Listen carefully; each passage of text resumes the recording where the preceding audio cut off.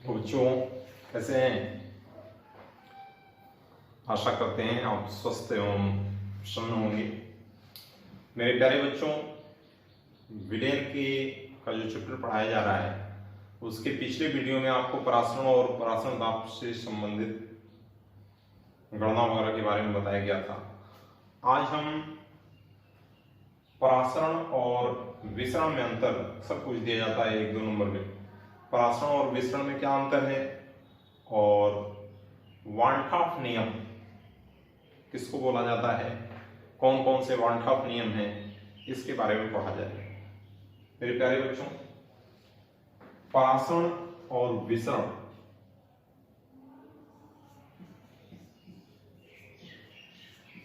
परासरण और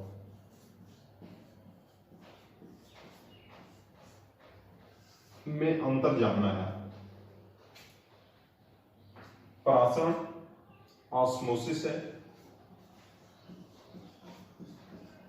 और विसरण डिफ्यूजन।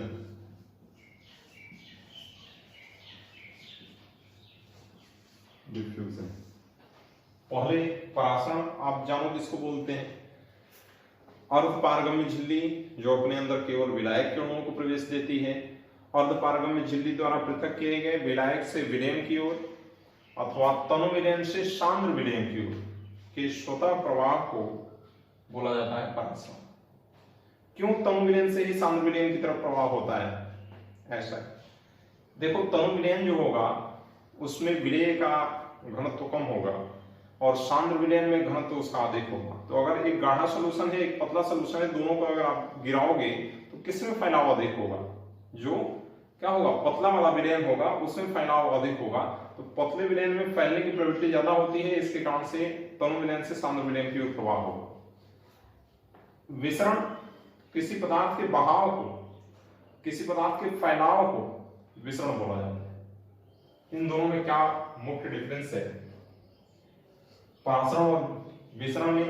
तो परासरण में अर्धपारगम्य झिल्ली की आवश्यकता होगी, सेमी परमेबल मेम्ब्रेन आवश्यक होगा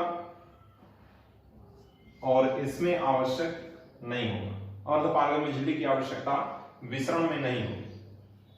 फिर परासरण की क्रिया केवल द्रव में, जबकि विसरण की क्रिया ठोस, द्रव और गैस तीनों में। परासरण की क्रिया में केवल विलायक के अणु गतिशील होंगे, जबकि विसरण की क्रिया में दोनों विलायक और विलेय दोनों के अणु गतिशील होंगे। यही मेन डिफरेंस है मेरे प्यारे बच्चों। इसमें अंतर ये पूछा जाता है, आपसे पूछा जा सकता है 1-2 नंबर में। फिर आज अगला टॉपिक जो हमको पढ़ना है वो है वानठाफ नियम। आप 11th में गैसीय अवस्था में बायल का नियम और चार्ल्स का नियम पढ़े हैं, वैसे ही यहां पे आता है बायल वानठाफ नियम और चार्ल्स वानठाफ नियम। 2 नियम है वानठाफ से संबंधित। तो वानठाफ नियम बोला किसको जाता है? तो विलयन में देखिए, वानठाफ नियम किसको बोला जाएगा?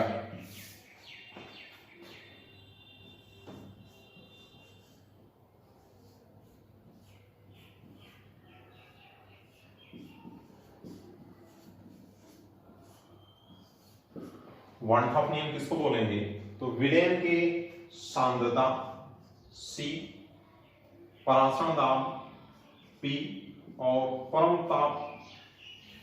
ताप यानी कि केल्विन ताप T के मध्य संबंधों का अध्ययन होगा। जो संबंधों का ताना बाना होगा उसी को बोला जाएगा वानठाफ नियम। वानठाफ नियम मेरे प्यारे बच्चों 2 प्रकार का, एक होता है बायल वानठाफ नियम,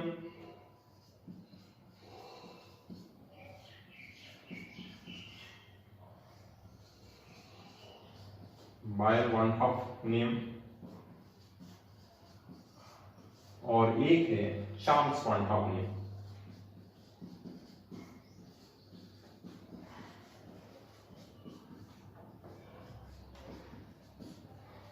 चार्ल्स वन टॉप नियम किसको बोला जाएगा? बायल वन टॉप नियम, किसको? चार्ल्स वन टॉप नियम। तो इसमें इन तीनों में से दो के मध्य संबंध दिखाया जाता है, तीसरा जो होगा वो कांस्टेंट होगा। बायल वन टॉप नियम क्या है? तो बायल वन टॉप का नियम P और C के मध्य संबंध की व्याख्या करता है। तो स्थिर ताप पर किसी विलयन का परासरण दाब उसके सांद्रता C के अनुक्रमानुपाती होता है। यही बायल वन टॉप नियम है। इसमें चूंकि जो सांद्रताएं होती हैं वो हमेशा आयतन के व्युत्क्रमानुपाती होती हैं। इसको आप क्या लिख सकते हो? तो यहां पर लिखा जा सकता है या P is proportional to 1/v, या लिखा जा सकता है PV is equal to K स्थिरांक। ये बायल वन टॉप नियम है। पीछे गैसीय अवस्था में आप पढ़े होंगे बायल का नियम, वो भी PV बराबर कांस्टेंट था। चार्ल्स वन टॉप नियम, चार्ल्स वन टॉप नियम P और T के मध्य संबंध की व्याख्या करेगा। तो क्या स्थिर होगा? C, सांद्रता स्थिर हो। कैसे लगेगा? देखो यहां पर क्या होगा, स्थिर सांद्रता पर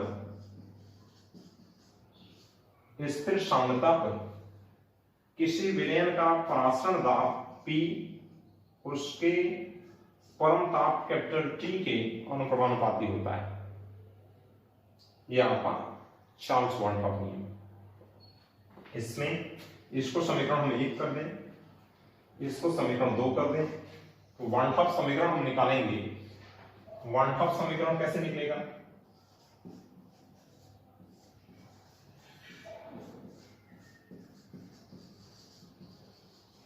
वन टॉप समीकरण मेरे प्यारे बच्चों निकालने के लिए बायल वन टॉप नियम, चार्ल्स वन टॉप नियम दोनों को मिलाना होगा।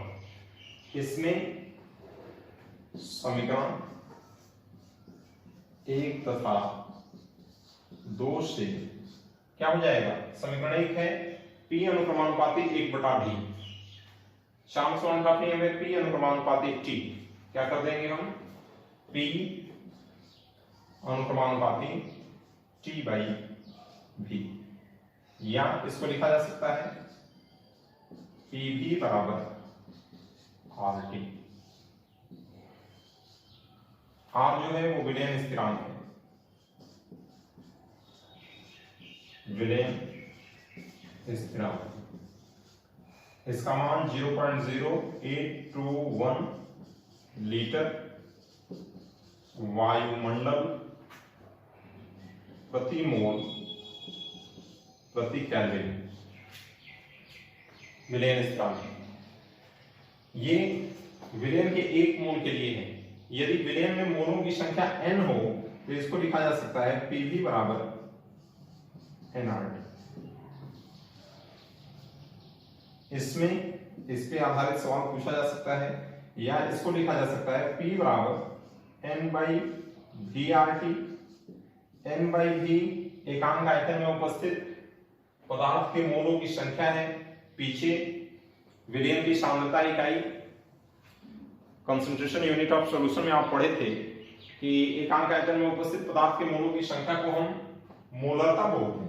यहां पे लिख सकते हो, लिखा जा सकता है इसको P बराबर CRT, जहां C मोलरिटी है, मोलर सांद्रता है। अरे बात समझ में बहुत महत्वपूर्ण है। आप बायल का नियम, चार्ल्स का नियम गैसीय अवस्था में पढ़े थे और वहां पे P बराबर कांस्टेंट था, V is proportional to T था। जो बायल का नियम और चार्ल्स का नियम हम गैसीय अवस्था में पढ़ते हैं। यहाँ पे बायल वन टॉप नियम है विलयन में और चार्ल्स वन टॉप नियम है। बायल वन टॉप नियम स्थिर ताप पर किसी विलयन का P ऑस्मोटिक प्रेशर है, परासरण दाब सांद्रता C के अनुक्रमानुपाती होता है। स्थिर सांद्रता पर किसी विलयन का परासरण दाब उसके परम ताप के अनुक्रमानुपाती होता है। आ रही बात समझ में ना? दोनों नियम को मिलाएंगे तो वन हाफ समीकरण निकल करके आएगा, P बराबर nRT, n बाई v कर देंगे, P बराबर c। आई बात समझ में?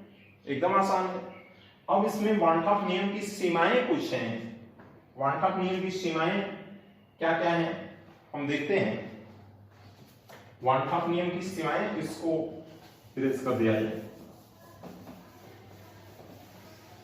तो वन हाफ नियम की सीमाएं हैं कि यह नियम केवल तनु विलयनों पर लागू होता है, सांद्र विलयन होगा तब यह नियम लागू नहीं होगा।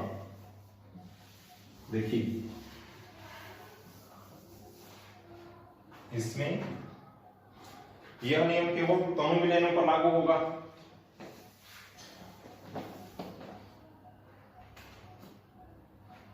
नियम की सीमा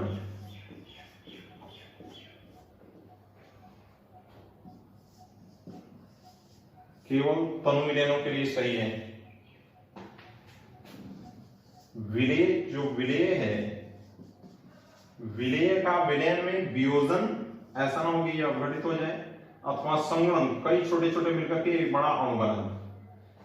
डिसोसिएशन और एसोसिएशन नहीं होना चाहिए, यानी कि कोई पदार्थ डिसोसिएशन किसको बोला जाएगा, कोई पदार्थ अपघटित होकर के कई खंडों में बढ़ जाए, और एसोसिएशन किसको बोला जाएगा, कई खंड मिलकर के एक का निर्माण कर। वियोजन अथवा संगुणन नहीं होना चाहिए। ये वन हाफ नियम की सीमाएं हैं। मेरे प्यारे बच्चों, इस पे हम एक सवाल देख लें। आप सवाल देखोगे, सवाल में आपका P बराबर nRT पर भी, P बराबर CRT पर भी सवाल आपको आएगा। आप देखो, एक प्रश्न हम लिख रहे हैं।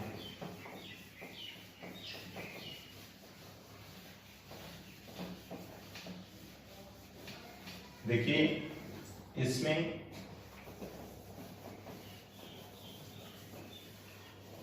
आप देखोगे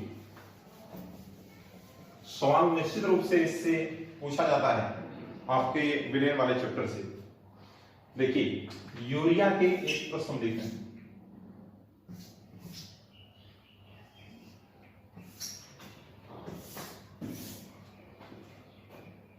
सत्ताईस डिग्री सेंटीग्रेड ताप पर यूरिया अणुसूत्र मालूम है ना, अणुसूत्र NH2CONH2। एक खास विशेषता कि फर्स्ट ऑर्गेनिक कंपाउंड जिसको कि लेबोरेटरी में वोहलर ने प्राप्त किया था। 27 डिग्री सेंटीग्रेड ताप पर यूरिया के M/10 जलीय विलयन का परासरण दाब क्या होगा, निकालना है। इसमें देखो क्या होगा, 27 डिग्री सेंटीग्रेड ताप पर M/10 लिख लें। सबसे पहले प्रश्न में आप ये लिखो क्या क्या दिया है, एकदम सिंपल सा क्वेश्चन है। आप देखो 27 डिग्री सेंटीग्रेड, सॉल्व इसको करें हम। T बराबर 27 डिग्री सेंटीग्रेड, मोलरता दिया है, मोलरता M/10 दिया है, यानी कि मोलरता 1/10 है। तो मोलरता पीछे हम P बराबर nRT से n/v किए थे। देखिए PV बराबर nRT था, हम P बराबर n/v/RT किए थे। यही, इसी को तो C हम किए थे, यही तो मोलरता है, इसी को सांद्रता हम लिख सकते हैं। आप M के जगह पे चाहोगे तो C भी लिख सकते हो, सांद्रता, मोल प्रति लीटर सांद्रता है M/10 1/10। परासरण दाब P निकालना है। अरे बात समझ में, हम क्या करते हैं इसमें, अभी सूत्र आप पढ़े हो ऊपर, P बराबर CRTC, CRT, R जो है वो विलयन स्थिरांक है, R बराबर 0.0821 लीटर वायुमंडल प्रति मोल प्रति केल्विन। रखो आप T, आप ध्यान रखिए कि केल्विन में ये होना चाहिए, क्योंकि R की वैल्यू में टेम्परेचर केल्विन में है। केल्विन में चेंज करने के लिए क्या करते हैं, देखिए केल्विन में अगर चेंज करना है तो K बराबर degree centigrade plus 270, degree centigrade में 273 जोड़ देंगे तो वो केल्विन में चेंज हो जाएगा।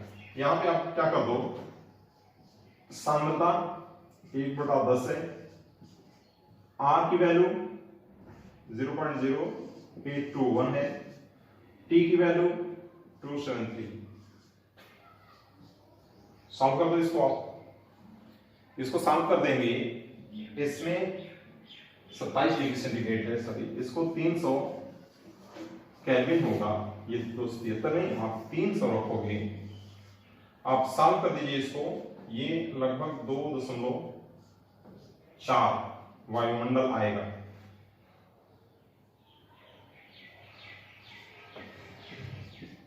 वायुमंडल इतना आएगा। डायरेक्ट सांद्रता दिया रहता, P बराबर CRT रख करके आप निकाल लेते, उसका सारा सूत्र जो है P V बराबर nRT या PV बराबर n मोल की संख्या भार बटा अणुभार से W/m/RT। ऐसा भी हो सकता है कि PV R और M दिया है, W का मान पूछ दे, ऐसे भी करके आपसे सवाल पूछा जा सकता है। तो इसमें ऐसे मेरे प्यारे बच्चों सवाल लगेगा। इसमें एक प्रश्न और लगाया जाए, देखिए एक प्रश्न और लगाया जाएगा, आप कर लेंगे, ऐसा प्रश्न आएगा तो कर लेंगे। एक प्रतिशत वाला हम सवाल देखते हैं, बड़ा महत्वपूर्ण, बहुत मजेदार है। इसमें 18 डिग्री सेंटीग्रेड ताप पर ग्लूकोज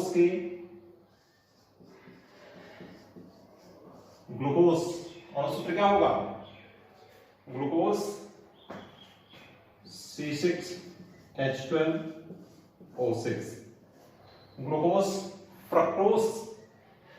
फ्रक्टोज का भी अणुसूत्र C6H12O6 होता है। अंतर दोनों में डिफरेंस क्या है, तो ग्लूकोज जो है वो पॉलीहाइड्रोक्सी एल्डिहाइड है, यानी कि कई सारे OH समूह और एक CH समूह रहेगा, और फ्रक्टोज पॉलीहाइड्रोक्सी कीटोन है, कई OH समूह और एक जो होगा वो कीटोनिक ग्रुप होगा। दोनों का अणुसूत्र एक समान है, फंक्शनल ग्रुप डिफरेंट है। फंक्शनल ग्रुप आइसोमेरिज्म ग्लूकोज और फ्रक्टोज में पाया जाएगा, glucose polyhydroxy aldehyde, fructose polyhydroxy ketone. 18 degree centigrade ताप पर ग्लूकोज के 5% जलीय विलयन के परासरण दाब की गणना कीजिए। ऐसा प्रश्न आ गया, इसमें भी आपको परासरण दाब निकालना। मेरे प्यारे बच्चों, सबसे पहले प्रश्न में आप ये देखो क्या क्या दिया है, क्या क्या दिया है। सबसे पहले आप देखिए 18 डिग्री सेंटीग्रेड, हम सॉल्व करना शुरू करते हैं। T बराबर 18 डिग्री सेंटीग्रेड, केल्विन में चेंज कर दो, 273 बराबर कितना हो जाएगा, 291 केल्विन। ठीक है, फिर ग्लूकोज 5% का मतलब क्या है कि हमारा 100, आपको जो आवश्यकता होगा, भार से, आयतन से या W/V नहीं दिया है, तो जिस चीज की आपको जो समझना है उसको समझ लीजिए। इसमें हम निकालने के लिए, जब हम निकालेंगे परासरण दाब, तो किस चीज की आवश्यकता होगी, हमें आवश्यकता होगी PV बराबर nRT में, अगर W/mRT कर देंगे तो हमको भार की आवश्यकता होगी और आयतन की आवश्यकता होगी। आयतन भी आवश्यक है, कैसे देखिए, ध्यान से देखिए आप, यहां पर ग्लूकोज C6H12O6 का अणुभार स्मॉल m। हम क्यों ये सब कर रहे हैं, हम देख लें। 5% दिया है, यानी कि 100 ग्राम के विलयन में 5 ग्राम या 100 ml के विलयन में 5 ग्राम, किस चीज की आवश्यकता होगी, P बराबर nRT से PV बराबर W/MRT निकालना है थोड़ा सा। P बराबर WRT/M। हमको विलेय के भार की आवश्यकता है, मास ऑफ सॉल्यूट, अणुभार की आवश्यकता है, विलयन स्थिरांक की आवश्यकता है, परम ताप आवश्यक है, आयतन आवश्यक है। तो इसको हम ग्राम प्रति लीटर वाला सांद्रता मानेंगे। अणुभार ग्लूकोज का देखिए C6H12O6 6×12, कार्बन का परमाणु भार 12 होता है, प्लस 12×1 प्लस 6×16 बराबर 180 180 अणुभार होता है। अणुभार निकालना जानते हो, अलग अलग परमाणु भार को जोड़ दोगे। इसमें 5% है, यानी कि स्मॉल w बराबर 5 ग्राम, V बराबर 100 ml 0.1 लीटर। हरी बात समझ में?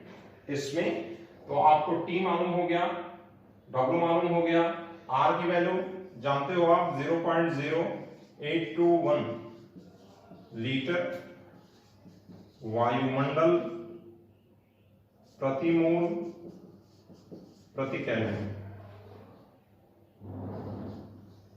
वायुमंडल प्रति मोल प्रति केल्विन आप मान रख सकते हो। आप क्या करोगे, W की वैल्यू यहां रख दीजिए, P बराबर nRT से P बराबर W/MRT। तो W की वैल्यू कितनी है, 5 ग्राम है। R की वैल्यू 0.0821, T की वैल्यू कितनी है, T की वैल्यू केल्विन में चेंज कर देंगे 291 M की वैल्यू अणुभार है 180 और V की वैल्यू 0 हो गया। बस इसको सॉल्व कर देना आपको। इसको आप सॉल्व कर देंगे, आप सॉल्व करो, ये लगभग 6.64 वायुमंडल के आसपास है। क्या था, पीछे वाले में सांद्रता डायरेक्ट दिया था, इसमें क्या किया है, इसमें प्रतिशत दिया है। बहुत सारा क्वेश्चन पूछा जाता है, 3% यूरिया के 27 डिग्री सेंटीग्रेड ताप पर प्राशन ताप की गणना कीजिए, 3% ग्लूकोज विलयन का 27 डिग्री सेंटीग्रेड ताप पर प्राशन ताप की गणना कीजिए। बहुत इंपॉर्टेंट है, निश्चित रूप से क्वेश्चन पूछा जाता है ऐसा न्यूमेरिकल प्रॉब्लम। तो इसमें आपको अगर जहां भी प्रतिशत दे दिया तो जान जाओगे आपका P बराबर nRT, P बराबर W/MRT से ये प्रश्न लगेगा। आ रही बात समझ में? इसमें देखो मेरे प्यारे बच्चों, ये आपका वाल्थाप नियम से संबंधित प्रश्न और उससे संबंधित सवाल था। अब अगले वीडियो में हम वाष्पदाब और वाष्पदाब से संबंधित राउल्ट्स का नियम के बारे में डिस्कस किया जाएगा। मेरे प्यारे बच्चों, आप प्रयास करें कि इस वीडियो के साथ ज्यादा से ज्यादा बच्चे जुड़े, जिससे कि इस लॉकडाउन की अवस्था में जो बच्चे पीड़ित हैं, जो बच्चे परेशान हैं कि कैसे कोर्स खत्म होगा, कैसे पढ़ा जाएगा, निश्चित रूप से उनकी चिंताएं जायज हैं। मेरे प्यारे बच्चों, अधिक से अधिक बच्चों को इससे जोड़िए, जिससे कि ज्यादा से ज्यादा बच्चों का कल्याण हो सके। मेरे प्यारे बच्चों, कोरोना का प्रभाव अभी भी पूरे विश्व में कहर बरपा रहा है।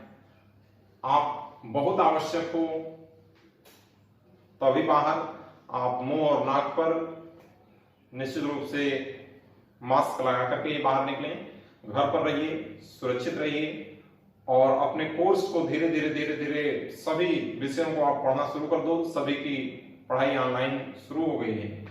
मेरे प्यारे बच्चों, खुश रहिए, प्रसन्न रहिए। अगले वीडियो में मिलते हैं। धन्यवाद।